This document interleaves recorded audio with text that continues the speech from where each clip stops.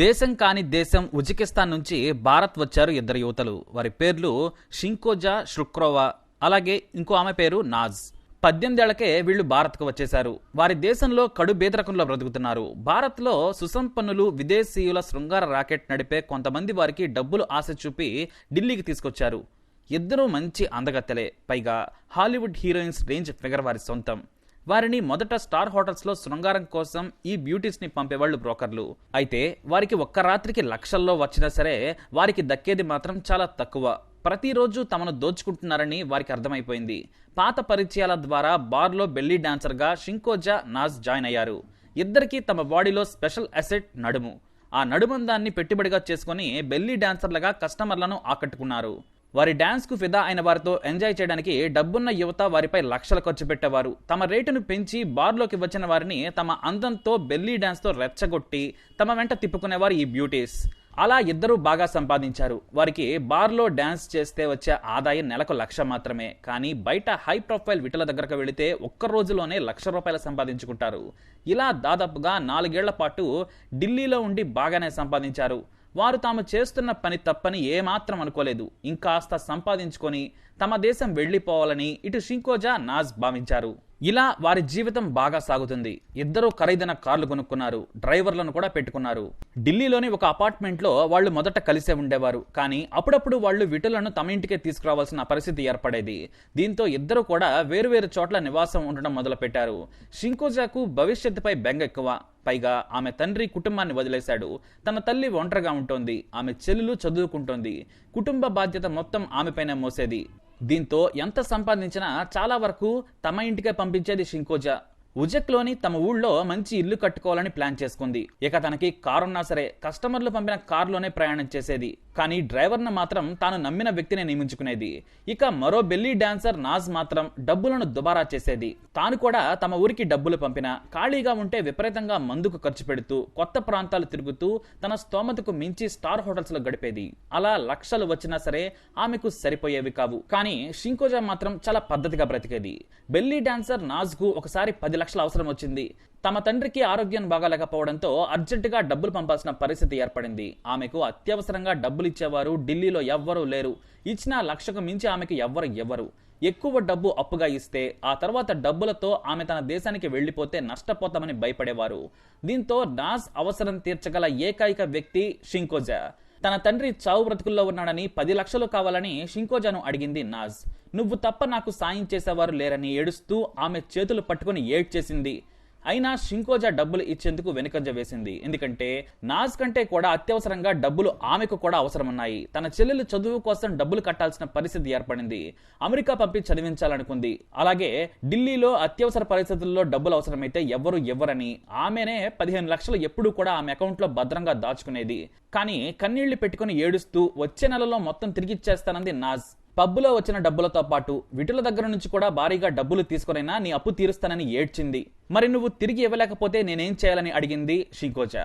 నేను కష్టపడి సంపాదించిన డబ్బులే ఇవన్నీ, నాకు వేరే ఆధారం లేదని షింకోజా ప్రాక్టికల్ గా మాట్లాడింది. అందుకు నాజ్ తన పాస్పోర్ట్ ను ఆమె చేతిలో పెట్టి ఇదే నేను నీకు ఇవ్వగలను, డబ్బులు ఇచ్చినప్పుడే నా పాస్పోర్ట్ తిరిగి ఇవ్వమని బ్రతిమలాడింది. దీంతో షింకోజా ఎంతైనా ఒక దేశం నుండి కలిసి వచ్చాం, స్నేహితులం, నేను నమ్మకపోతే ఇంకెవరు నమ్ముతారులే అని కష్టపడి దాచుకున్న సొమ్ములో 8 లక్షల రూపాయలను బ్యాంకు నుంచి డ్రా చేసి ఆమె చేతిలో పెట్టింది. ఆ డబ్బులు తీసుకున్న తర్వాత నాజ్ కేవలం 5 లక్షలు మాత్రమే తమ ఇంటికి పంపి మిగతా డబ్బులను తన సొంతానికి వాడుకుంది. డబ్బులు తీసుకునే సమయంలో నాజ్ ఏడుస్తూ షింకోజాను బ్రతిమలాడింది. కానీ ఆ తర్వాత కనీసం ఫోన్ కూడా చేయలేదు. డబ్బులు ఇవ్వని ఫోన్ చేస్తే నెల తర్వాత ఇస్తానంటూ, మరో 6 నెలల్లో ఇస్తానంటూ దాటవేయటం మొదలుపెట్టింది. అంతేకాదు ఆమె తన కోసం కొత్త బ్రోకర్ను నియమించుకుంది. షింకోజాతో సంబంధం లేకుండా నాజ్ దూరంగా జరిగింది. ఫోన్ ను కూడా లిఫ్ట్ చేయకుండా నాజ్ తప్పించుకుని తిరగడం మొదలుపెట్టింది.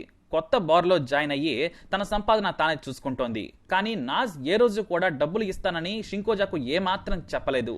అయితే ఫోన్ చేసి డబ్బులు ఇవ్వాలని సీరియస్ గా అడగడం మొదలుపెట్టింది షింకోజా. ఇవ్వకపోతే నీ పాస్పోర్ట్ నీకు దక్కదు, తర్వాత ఇబ్బందుల్లో పడతావు, నెలకు కొంతైనా ఇవ్వాలని కోరింది. అయినా సరే నాజ్ అక్కడ ఏమాత్రం భయపడలేదు. కానీ ఏదైనా అత్యవసర పరిస్థితి వస్తే సొంత దేశం ఉజ్బెకిస్తాన్ వెళ్లడం కష్టం.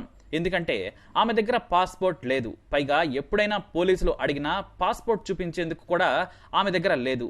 దీంతో ఆమె నుంచి పాస్పోర్ట్ సంపాదించాలి, కానీ డబ్బులు మాత్రం ఇవ్వకూడదని నిర్ణయించుకుంది నాజ్. అందుకు షింకోజాను చంపటమే మార్గం అనుకుంది.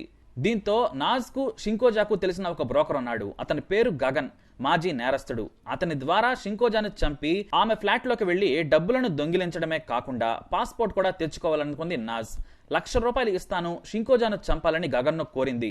ఎందుకు చంపాలనుకుంటున్నావంటే నిజాయితీగా మొత్తం చెప్పింది. ఆమెకు నేను 8 లక్షలు ఇవ్వాలి, ఇప్పుడు వడ్డీతో కలిపి ఇవ్వాలంటోంది. ఆమెను చంపితే నేను వెళ్లి నా పాస్పోర్ట్ తెచ్చుకుంటాను, నువ్వు ఆమెను చంపాలి, అందుకు ₹1,00,000 ఇస్తానని చెప్పింది నాజ్. అతను కూడా సరేనన్నాడు. 1,00,000 తీసుకుని ఆ వెంటనే ప్లాన్ ను అమలు చేశాడు గగన్ దీప్. ఢిల్లీలోని తన బార్లో బెల్లీ డాన్స్ ను పూర్తి చేసుకుని ఇంటికి చేరుకుంది షింకోజా. అప్పటికే ఆమె కోసం రాత్రి 1 గంట సమయంలో వెయిట్ చేస్తూ ఉన్నాడు గగన్ దీప్. ఆమె అపార్ట్మెంట్ కి వెళ్లాడు. లక్నోలో పెద్ద కస్టమర్ ఉన్నాడు. ఒక్క రోజులో 2 లక్షలు వస్తాయి, మొత్తం ఖర్చులు అతనివే, నువ్వు ఫ్రీగా ఉన్నావా లేదా వేరే వాళ్ళని తీసుకుని వెళ్ళమంటావా అని గగన్ దీప్ అడిగాడు. ఆమె సరేనంది. కానీ ఇప్పుడే బయలుదేరాలి, రేపు మధ్యాహ్నానికి ఒక స్టార్ హోటల్లో కలవాలని చెప్పాడు. ఆమె నాకు రేపు పని ఉంది, ఉదయాన్నే వేరే కస్టమర్ దగ్గరికి వెళ్లాలని చెప్పింది. దీంతో గగన్ నీ ఇష్టం, మంచి బేరం, 2 లక్షలు వస్తాయి, ఇంకా అతని మూడ్ బాగుంటే 10 లక్షలైనా రావచ్చని ఆశ పెట్టాడు. దీంతో సరే వెళ్దాం పద అని తన పనిని క్యాన్సిల్ చేసుకుని ఫ్రెష్ అప్ అయ్యి ఒక బ్యాగ్ లో బట్టలు సర్దుకొని బయలుదేరింది షింకోజా. తన కారులోనే ఆమెను హర్యానా వైపు తీసుకెళ్లడానికి హైవే మీదకు చేరుకున్నాడు. మధ్యలో ఆమెకు మంచి ఖరీదైన మందును ఆఫర్ చేశాడు గగన్. ఇద్దరు రోడ్డు వెంట ఒక మామూలు దాబాలో కూర్చొని పేకల దాకా తాగి ఆ తర్వాత కొంత తిని మళ్లీ కారు ప్రయాణం మొదలుపెట్టారు. షింకోజాను కారులో తీసుకుని వస్తున్న విషయం నాజ్కు చెప్పాడు. దీంతో వేరే కారులో ఆమె వారిని అనుసరిస్తూ వస్తోంది. ఇక కారు వేగంగా వెళుతుంటే అప్పటికే అలసిపోయింది షింకోజా. ఇక మద్యం మత్తు ఆమెను ఆవహించింది. షింకోజా పడుకొని ఉందని గుర్తించి నాజ్ ను హిపూర్లోని ఒక బ్రిడ్జి దగ్గరకు రావాలని చెప్పాడు. ఆమె అక్కడ సిద్ధంగా ఉన్నానని చెప్పింది. కారును ఓ పక్కకు ఆపి రాత్రి 3 గంటల సమయంలో నిద్రపోతున్న షింకోజాను మెడకు తాడు బిగించి చంపేశారు. షింకోజాను చంపింది గగనే. ఆ తర్వాత నాజ్ కూడా జత కలిసింది. ఇద్దరు కలిసి ఒక పెద్ద బ్యాగ్ లో షింకోజాను కుక్కారు. కానీ అది సరిపోలేదు. ఆమె శరీరం బ్యాగ్ లో పట్టడం లేదని గుర్తించి పెట్రోల్ పోసి తగలబెట్టారు. అయితే శరీరం కాలింది కానీ బూడిద కాలేదు. హిపూర్లో పశువులు కాసుకునేవారు పోలీసులకు సమాచారం ఇవ్వడంతో గుర్తు తెలియని వ్యక్తి అనుమానాస్పద మృతి అని కేసు నమోదు చేసుకున్నారు. పోస్ట్ మార్టం నిర్వహించి DNA రిపోర్టును కూడా భద్రపరిచారు హర్యానా పోలీసులు. ఇక తెల్లవారుజామున 10 గంటలకు తనకు ఎంతో నమ్మకమైన డ్రైవర్ ను రమ్మని చెప్పింది షింకోజా. వాస్తవానికి ఉదయాన్నే వెళ్లాలి షింకోజా, కానీ ఆ ట్రిప్ క్యాన్సిల్ అనే విషయం ఆ డ్రైవర్ కు ముందుగా చెప్పలేదు. అతనేమో ఉదయాన్నే కారును తుడిచి షింకోజా కిందకు వస్తుందేమోనని ఎదురు చూస్తూ ఉన్నాడు. ఎంతసేపటికి రాలేదు. ఫోన్ చేస్తే స్విచ్ ఆఫ్ వచ్చింది. దీంతో అలసిపోయి పడుకుని ఉంటుందేమోనని తలుపు తట్టి చూశాడు. లాక్ వేసినట్లు గమనించాడు. ఇక ఆ డ్రైవర్ తనకు చెప్పకుండా ఢిల్లీలో ఏ కొత్త ప్లేస్ కి వెళ్లదని ఆ డ్రైవర్ కు తెలుసు. డ్రైవర్ ను సొంత ఫ్యామిలీలా ఆమె చూసుకునేది. ఆ డ్రైవర్ కూడా షింకోజాను భద్రంగా చూసుకునేవాడు. సోదరుడిలా షింకోజా అవసరాలను కూడా తీర్చేవాడు. ఆమె కూడా అతని ఆర్థిక అవసరాలను కూడా తీర్చేది. అలాంటి షింకోజా ఎటు వెళ్లి ఉంటుందని భయపడ్డాడు. ఇంటి దగ్గరే సాయంత్రం వరకు వెయిట్ చేశాడు. కానీ ఆమె ఎక్కడ ఉందో కూడా తెలియలేదు. దీంతో ఆమె స్నేహితురాలు నాజ్ కు ఫోన్ చేశాడు డ్రైవర్. ఆమెమో నాకు తెలియదని సరదాగా చెప్పేసింది. షింకోజా పనిచేసిన బార్ కు వెళ్లినా రాత్రి డ్యూటీ చేసి వెళ్లిపోయిందని చెప్పారు. ఇక చాలాసేపు చూసి ఏం చేయాలో తెలియక ఢిల్లీ పోలీసులకు మరునాడు ఫిర్యాదు చేశాడు. ఉజ్బెకిస్తాన్ కు చెందిన బెల్లీ డాన్సర్ మిస్సింగ్ అనే వార్త నేషనల్ మీడియాలో హైలైట్ అయింది. పోలీసులు వేరే రాష్ట్రాల పోలీసులను కూడా అలర్ట్ చేశారు. కానీ ఏమైందో ఎవ్వరికీ తెలియదు.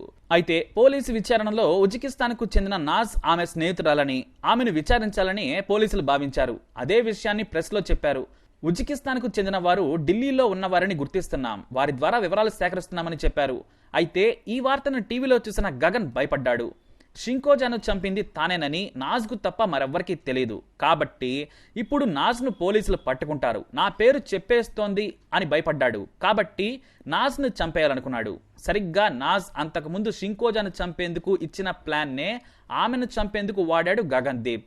అయితే నాజ్ ఏ రోజు కూడా గగన్ ను అనుమానించలేదు. తన కష్టం తీర్చాడని అతనిని ఇంకా నమ్మింది. ఇక పోలీసులు నాజ్ ను పట్టుకోక ముందే ఆమెను చంపాలని ప్లాన్ వేశాడు. గగన్ చాలా ఎక్కువగా ఆమెకు కస్టమర్లను తీసుకొస్తూ ఉంటాడు. దీంతో మరోసారి చండీగఢ్ లో కస్టమర్ ఉన్నాడని తీసుకెళ్లాడు. షింకోజాను ఎలాగైతే మద్యం తాగి చంపారో అలాగే గగన్ దీప్ ఒక్కడే నాజ్ ను చంపేశాడు. మరొకరి సాయం కూడా తీసుకోలేదు. ఆమె డెడ్ బాడీని రోడ్డు పక్కన పడేసి వెళ్లిపోయాడు. సరిగ్గా షింకోజా చనిపోయిన 2 నెలల తర్వాత మరో బెల్లీ డాన్సర్ హత్య అనే వార్త రావడంతో ఢిల్లీ పోలీసులు భయపడ్డారు. ఎందుకంటే వారిద్దరూ కూడా ఉజ్బెకిస్తాన్ దేశస్థులు. అంతర్జాతీయంగా పరువు పోతుందని కేంద్రం కూడా అలర్ట్ అయింది. నాజ్ గురించి షింకోజా డ్రైవర్కు కొన్ని వివరాలు తెలుసు. అతని ద్వారా ఆమె ఫోన్ నంబర్ను పరిచయస్తులను ట్రేస్ చేస్తున్న క్రమంలో గగన్ నంబర్ మీద వారి దృష్టి పడింది. సరిగ్గా చనిపోవడానికి నెల రోజుల ముందు ఎక్కువగా గగన్ కు ఫోన్ చేయడమో లేదంటే అతని నుంచి కాల్స్ రావడమో జరిగాయి. దీంతో అతని నెంబర్ ఆధారంగా పోలీసులు అడ్రస్ కనిపెట్టారు. ఒకేసారి కాపు కాసి అతని ఇంటి దగ్గర అరెస్టు చేశారు. అతన్ని తమదైన శైలిలో విచారించడంతో తానే 2 హత్యలు చేశానని ఒప్పుకున్నాడు. మొదట షింకోజాను చంపమని నాజ్ తనకు ₹1,00,000 ఇచ్చింది. ఆ మర్డర్ కేసులో తాను ఇరుక్కుంటాననే భయంతో నాజ్ను చంపానన్నాడు గగన్. ఆమెను చంపేస్తే తాను తప్పించుకోవచ్చు అనుకున్నానని పోలీసులకు చెప్పాడు. వీరిద్దరి వల్ల ఢిల్లీలో జరుగుతున్న భారీ శృంగార ర్యాకెట్ బయటపడింది. అలాగే విటుల లిస్టులో వీఐపీలు కూడా ఉన్నారనే టాక్ కూడా వచ్చింది. ఈ విదేశీ గర్ల్స్ తో శృంగారం కోరుకునే వారిలో సెలబ్రిటీలు కూడా ఉన్నారని పోలీసులకు ఆధారాలు దొరికినట్లు కొన్ని వార్తలు కూడా వచ్చాయి. కానీ వీరిద్దరి హత్యల్లో కీలకంగా ఉన్న చాలా మందిని పోలీసులు అదుపులోకి తీసుకున్నట్టు సమాచారం. అలా తమ శరీరాన్ని అమ్ముకొని జీవనం సాగించడానికి ఉజ్బెకిస్తాన్ నుంచి వచ్చిన 2 అమ్మాయిల కథ విషాదంగా ముగిసింది. అందులో నాజ్ చేసిన నీచమైన కుట్రకు షింకోజా బలైపోయింది. సాయం చేసిన స్నేహితురాలను చంపేసింది నాజ్. మరి ఇలాంటి వారిని ఏమనాలి? మీ అభిప్రాయాన్ని తప్పకుండా కమెంట్ ద్వారా తెలియజేయండి. అలాగే ఇలాంటి ఇన్ఫర్మేషన్స్ కోసం తప్పకుండా వీడియోని లైక్ చేయండి, షేర్ చేయండి, మా ఛానల్ని సబ్స్క్రైబ్ చేసుకోండి.